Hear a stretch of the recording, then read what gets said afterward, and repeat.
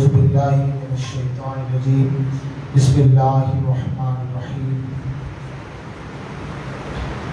ولا تقولوا لمن يقتل في سبيل الله اموات بل احیاء ولكن لا تشعرون ولنبلونكم بشيء من الخوف والجوع ونقص من الاموال والانفس والثمرات وبشر الصابرين الذين إذا أصابتهم مصيبة قالوا إنا لله وإنا إليه راجعون آمنت بالله صدق الله المولانا العظيم وبلغنا رسوله النبي الأمين المكين الكريم ونحن على ذلك لمن الشاهدين والشاكرين والحمد لله رب العالمين. معزز مکرم محترم حاضرین مجلس ذکر شہداء کربلا، آئیے انتہائی عقیدت اور محبت کے ساتھ اپنے اور ساری کائنات کے مرکز عقیدت مصطفیٰ جان رحمت صلی اللہ تعالیٰ علیہ وسلم کی بارگاہ میں درود پاک کا نذرانہ پیش کر لیں. اللہم صلی علی سیدنا مولانا محمد وعلی آل سیدنا مولانا محمد صلو علیہ صلاۃ و سلام علیک یا رسول اللہ صلی اللہ تعالی علیہ وسلم. آج کی یہ بابرکت مقدس رات ہے اور ذکر شہداء کربلا ہے. چونکہ کما حقہ تو کسی کی زبانوں میں پروردگار نے ابھی تک وہ طاقت نہیں رکھی کہ صحیح معنوں میں سرکار امام علی مقام کو سمجھ سکے یا پڑھ سکے یا پھر صحیح معنوں میں کربلا کا منظر سمجھ سکے.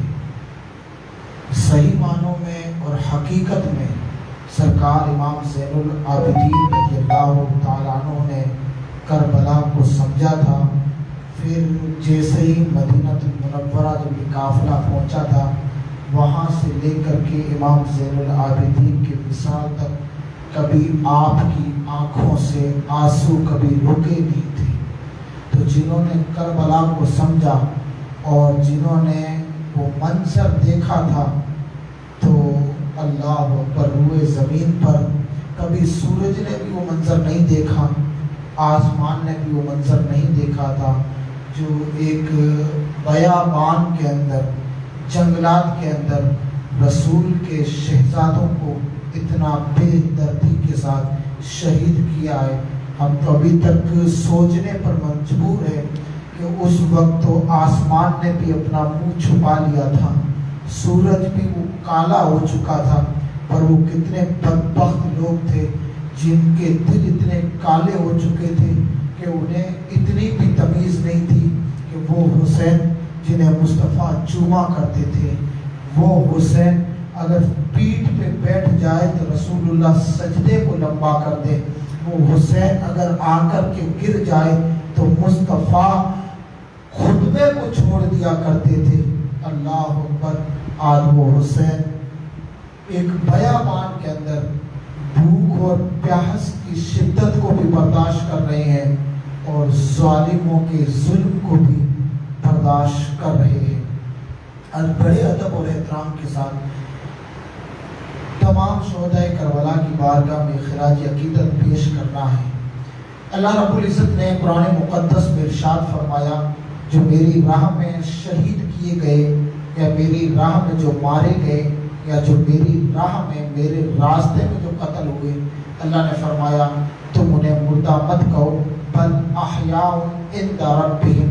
اللہ نے فرمایا وہ زندہ ہے، وہ زندہ ہے لیکن تم ان کی زندگی کو سمجھ نہیں سکتے. وہ ایسے زندہ ہے کہ اللہ کے یہاں انہیں رزق بھی دیا جاتا ہے. تو پروردگار عالم نے قرآن مقدس میں ارشاد فرمایا وَلَنَبْلُوَنَّكُمْ بِشَيْءٍ مِّنَ الْخَوْفِ وَالْجُوعِ وَنَقْصٍ مِّنَ الْأَمْوَالِ وَالْأَنفُسِ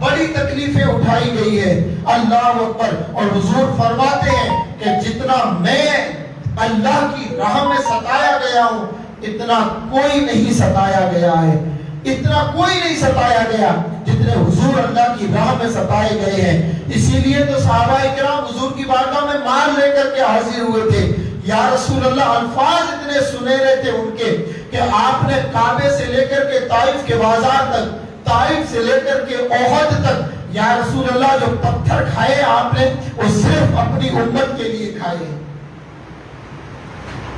آقا کونین صلی اللہ تعالی علیہ وسلم نے سرکار امام علی مقام رضی اللہ تعالیٰ عنہ کی بڑی فضیلتیں بھی بیان کی ہے, اور حضور علیہ السلام کو وہ ذات بڑی پیاری بھی تھی. آقا کونین صلی اللہ تعالی علیہ وسلم کو امام حسین رضی اللہ تعالیٰ عنہ کی پیدائش کے ساتھ میں آپ کی شہادت کی خبر دے دی گئی تھی. حضور کو بڑا پیار تھا, بڑی محبتیں کرتے تھے حسنین کریمین سے. حضور سے حضرت جبریل نے آ کر کے عرض کیا, سرکار اپنے نواسے سے بڑا پیار ہے, اور حضور نے فرمایا یہ تو میرا بیٹا ہے. حضور نے اپنا بیٹا بھی کہا امام حسین کو, کہا کہ یا رسول اللہ ایک دن وہ بھی وقت آئے گا کہ ظالموں کے ہاتھ آپ کا یہ شہزادہ شہید کر دیا جائے گا. اور امام علی مقام رضی اللہ تعالیٰ عنہ کی شہادت کی خبر بھی دے دی گئی, اور ساتھ میں حضرت جبریل نے مٹی بھی لا کر کے دی تھی کربلا کی. یا رسول اللہ یہ مٹی ہے اس جگہ کی جہاں پر آپ کے شہزادے کو بھوکا اور پیاسا آپ ہی کا کلمہ پڑھنے والے شہید کریں گے. کوئی غیر نہیں تھے اس جگہ پر, کلمہ پڑھنے والے ہی تھے, اپنے آپ کو مسلمان کہلانے والے ہی تھے, شہید کریں گے.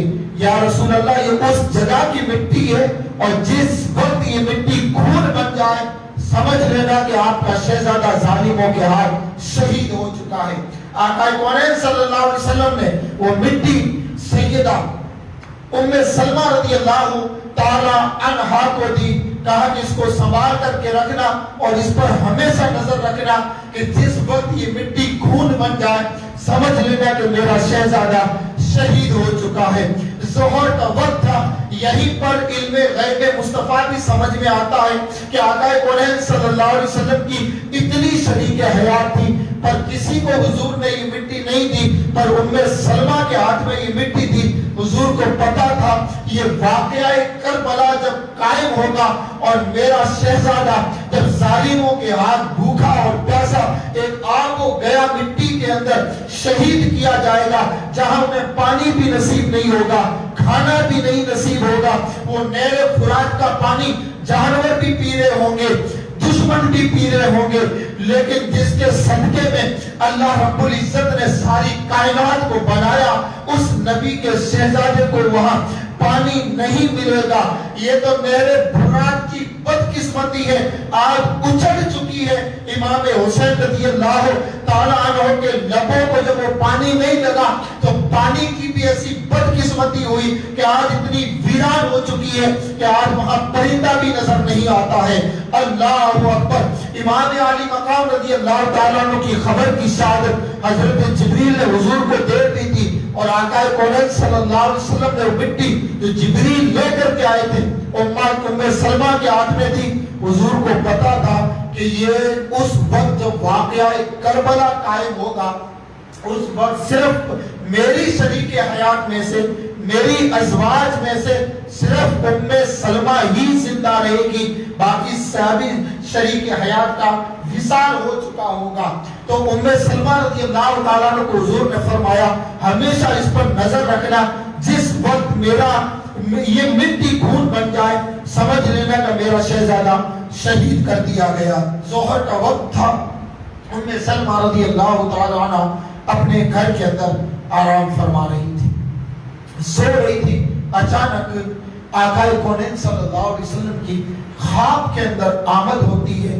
تاج کائنات صلی اللہ علیہ وسلم کی زلف مبارک بکھری ہوئی تھی اور بالوں پر حضور کے مٹی کے آثار تھے, اور داڑھی مبارک پر بھی مٹی کے گرد کے ریت کے آثار تھے. ام سلمہ نے عرض کیا سرکار یہ کیا حال بنا رکھا ہے اور یہ ہے کیا؟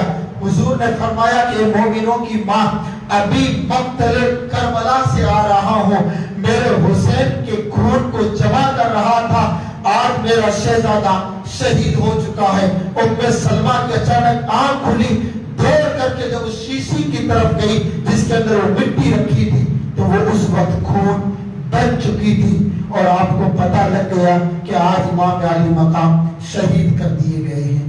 اللہ اکبر۔ یہ بڑا طویل واقعہ ہے اور اس کی ایک تفصیل بڑی انوکھی تفصیل ہے، لیکن نہ تو کسی کی قلم میں طاقت کہ اس کو لکھ سکے، نہ زبانوں میں طاقت ہے تو اس کو لوگوں کے سماعتوں کے حوالے کر سکے۔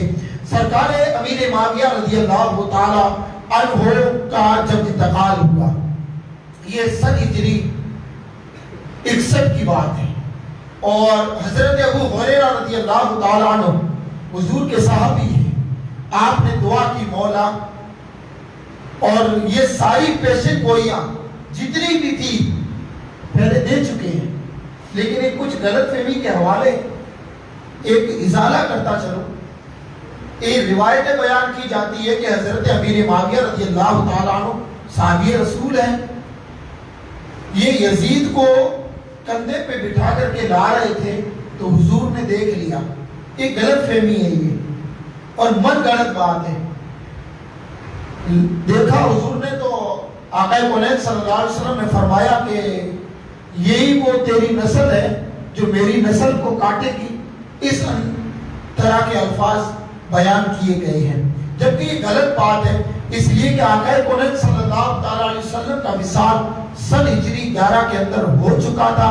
یزید پلید پیدا ہوا ہے سن ہجری 25 کے اندر، جو فاروق اعظم کا زمانہ ہے۔ تو اس واقعہ کا دور دور تک حقیقت سے کوئی تعلق نہیں ہے، لیکن حضرت امیر معاویہ رضی اللہ تعالیٰ عنہ کا جب وصال ہوا ہے اور جب یزید پلید پیدا ہوا، اس وقت امیر معاویہ ملک شام کے گورنر تھے، ملک شام کے گورنر تھے، ملک شام کے گورنر تھے امیر معاویہ جب وصال ہوا ہے امیر معاویہ کا، اور مدینے کے اندر کسی کو کوئی پتہ نہیں تھا کہ امیر معاویہ کا انتقال ہو چکا ہے۔ یزید پلید تخت پر بیٹھا ہے، جبکہ یزید کی جو بھی غلطیاں رہی اور یزید کے جو بھی خرافات ہیں اور یزید کی جو بھی بد عملی ہے، یہ بد عملی امیر معاویہ پہ تھوپی نہیں جا سکتی۔ وہ صحابی رسول ہے، ان کا اپنا بڑا مقام ہے۔ جب وصال کا وقت قریب آیا تھا امیر معاویہ کا، تو آپ نے فرمایا کہ میرے پاس میں رسول اللہ صلی اللہ علیہ وسلم کے کچھ ناخن مبارک ہیں، اور میں نے آج دن تک سنبھال کے رکھے ہیں کہ یہ ناخن حضور کے ہیں، اور جب میرا انتقال ہو جائے اس ناخنوں کو میرے کفن میں رکھ دینا تاکہ اللہ اس کے صدقے میں میری بخشش فرمائے۔ یہ امیر معاویہ رضی اللہ تعالیٰ عنہ کا خود کا مقام ہے، اور رسول اللہ صلی اللہ علیہ وسلم نے فرمایا قیامت کے دن ہر حسب نسب سب ختم ہو جائیں گے، لیکن قیامت کے دن اللہ حسبی و نسبی، حضور نے فرمایا میرا حسب بھی سلامت ہے، میرا نسب بھی قیامت کے دن سلامت رہے گا۔ اور امیر معاویہ رضی اللہ تعالیٰ عنہ حضور کے سگے سالے کا نام ہے، اور کاتب وحی بھی ہے، اور حضور کے سگے سالے بھی ہے امیر معاویہ۔ قرآن جب اترتا تھا اور قرآن لکھنے کی ڈیوٹی حضور نے امیر معاویہ کی لگائی تھی، تو اپنا بڑا مقام ہے ان کا، اور حضور نے فرمایا کہ امیر معاویہ میری امت کے ماموں کا نام ہے، میری امت کے ماموں ہے۔ تو آقا کونین صلی اللہ علیہ وسلم نے آپ کی شان میں بھی بڑی حدیثیں فرمائی ہے، اور آپ کی شان کو بھی آقا کونین صلی اللہ علیہ وسلم نے بیان فرمایا ہے۔ امیر معاویہ رضی اللہ تعالیٰ عنہ کا وصال کا وقت قریب آیا، آپ نے یزید کو بلایا، اور جب امیر معاویہ نے بلایا تو یزید نے ایک پوچھی بات، کہا کہ آپ کے بعد میں تخت نشین کون ہوگا؟ کون ہوگا؟ تو کہا تو ہی ہوگا۔ وہ اس لیے کہا تھا کہ یزید کی جتنی بھی بدعملی تھی اور یزید کی جتنی بھی بدتمیزیاں تھی اور یزید کے جتنے بھی برے فعل تھے اور یزید کی جتنے بھی خرافات تھے، امیر معاویہ اس سے ناواقف تھے۔ امیر معاویہ کو کچھ بھی واقفیت نہیں تھی۔ آپ نے فرمایا تخت پہ تو ہی بیٹھے گا، پر یاد رکھ جب تک امام حسین کھانا نہ کھا لے تو کھانا مت کھانا، اور جب تک امام حسین رضی اللہ تعالیٰ نے کپڑے نہ پہنے تو کپڑے مت پہننا۔ یہ وصیتیں تھی آپ کی۔ اور امیر معاویہ نے فرمایا کہ امام حسین کا پورا خیال رکھنا، ان کے مشورے کے بغیر کوئی کام مت کرنا۔ آپ کی وصیتیں تھی یہ، لیکن ان ساری وصیتوں کو اس نے بالائے تاج رکھ کر کے اب بندر کے ہاتھ میں اگر تلوار آ گئی ہے تو امیر معاویہ کا کوئی قصور نہیں ہے، اس میں کوئی قصور نہیں ہے۔ امیر معاویہ رضی اللہ تعالیٰ عنہ کا وصال ہوا، اور یہ سن ہجری 61 کا زمانہ ہے۔ آقا کونین صلی اللہ علیہ وسلم کے صحابی حضرت ابو ہریرہ رضی اللہ تعالیٰ عنہ نے دعا کی، مولا مجھے سن ہجری 61 آنے سے پہلے اٹھا لینا تاکہ میں ان ظالموں کا زمانہ نہیں دیکھ پاؤں۔ اور حضرت ابو ہریرہ رضی اللہ تعالیٰ عنہ کا وصال، آپ کا انتقال سن ہجری 60 کے اندر ہوا، اور سن ہجری 61 کے اندر یزید پلید تخت پر بیٹھا ہے۔ یزید تخت پر بیٹھا، اور تخت پر بیٹھتے ہی اس نے ہر طرف سے خط روانہ کیے، حکم نامے روانہ کیے کہ ہر طرف سے میرے نام کی بیعت لی جائے۔ بیعت کا مطلب یہ ہے کہ لوگ میری حکومت کو تسلیم کریں، مجھے خلیفہ مانے، مجھے حاکم مانے۔ مدینے کا اس وقت گورنر تھا ولید بن عقبہ، اور بڑا نیک آدمی تھا ولید بن عقبہ۔ ولید بن عقبہ کے پاس میں اس کا خط آیا، کہا کہ ہر طرف سے میں نے خطوط کو روانہ کر دیا ہے تاکہ لوگ مجھے خلیفہ اور حاکم مانے۔ اسی طریقے سے ایک خط میں نے آپ کے پاس بھی بھیجا ہے، میرے والد امیر معاویہ کا انتقال ہو چکا ہے، اور میں تخت نشین ہوں، مدینے میں جتنے بھی لوگ ہیں میری طرف سے بیعت لیں تاکہ وہ میری حکومت کو تسلیم کریں۔ لیکن اس نے سر فہرست نام لکھا، حسین ابن علی، عبداللہ بن زبیر، عبداللہ بن عمر۔ یہ اس وقت مدینہ المنورہ کی عبقری شخصیات میں ان کا شمار ہوتا تھا، اور مدینہ المنورہ کی نامور شخصیات تھی۔ حسین ابن علی تو حضور کے نواسے، عبداللہ بن عمر حضور کے صحابی، عبداللہ بن زبیر حضور کے صحابی، یہ جلیل القدر صحابہ تھے۔ مدینہ منورہ کی سرزمین پر ان کا بڑا وقار تھا۔ فرمایا کہ یزید نے کہا کہ ان سب کی تو بیعت لینی ہے، اور سر فہرست سب سے پہلے ان سے بیعت لینا۔ ولید بن عقبہ نے مروان بن حکم کو بلایا، یہ بڑا بدبخت آدمی ہے۔ جب یہ پیدا ہوا تھا نا مروان بن حکم، تو حضور کی بارگاہ میں اس کو لایا گیا تھا، اور تہنیک کے لیے لایا گیا تھا۔ تہنیک کا مطلب یہ ہے کہ کوئی چیز چبا کر کے بزرگ کسی بچے کے منہ میں دیتے ہیں۔ جس طرح آج ہمارے زمانے میں بھی یہ چیزیں ہوتی رہتی ہے کہ کوئی کھالا ہو، کوئی بھوگا ہو، اس قسم کا، اسے گھٹی کہتے ہیں، کچھ اپنی زبان میں یہ الفاظ کہے جاتے ہیں۔ تو یہ بزرگوں سے دلانی چاہیے، اس کا بڑا فرق پڑتا ہے اور فیض بھی ہوتا ہے۔ تو یہ مروان بن حکم کو حضور کی بارگاہ میں لایا گیا، آقا کونین صلی اللہ علیہ وسلم کے تاکہ تہنیک دلائے، حضور کچھ منہ میں چبائے اور اس کے منہ میں دے دے۔ حضور کی نظر جب اس پر پڑی نا، حضور نے فرمایا گرگٹ کا بیٹا گرگٹ ہے۔ حضور نے اس کو گرگٹ کا، مروان بن حکم کو، اور اس کا جو باپ تھا حکم مروان کا، حضور علیہ السلام نے مدینہ المنورہ سے اس کو شہر بدر کیا، نکال دیا تھا حضور نے، اور وہ طائف جا کر کے رہنے لگا۔ جب اتنا بدبخت آدمی جس کو حضور نے اپنے شہر سے نکالا ہو، تو آپ ان لوگوں سے بھلائی کی کیا امید رکھ سکتے ہیں؟